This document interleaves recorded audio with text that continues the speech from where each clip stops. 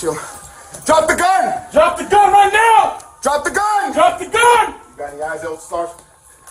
What's that? You got any eyes? I can't see. The She's sitting right behind the bed. Yeah, she's on the other side of the bed. Oh, I think it's a black revolver. I said a visitor. Drop the gun! Drop the gun! Drop the gun! Just drop it. Just put it on the ground and slide it away from you. Drop the gun! No. I got you. You can't open from the outside.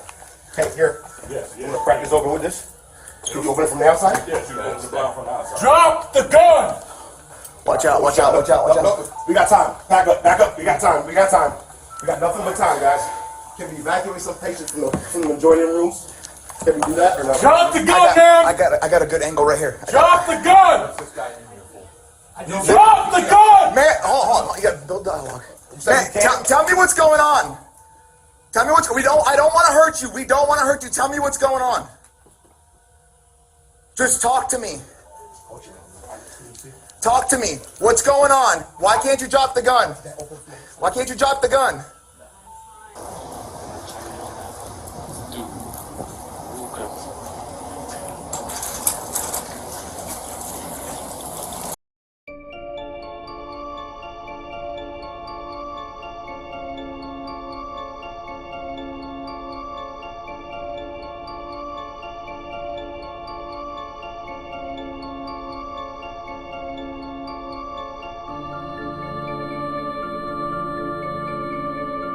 Is being held on no bond. She's accused tonight of shooting and killing her own terminally ill husband in a Daytona Beach hospital.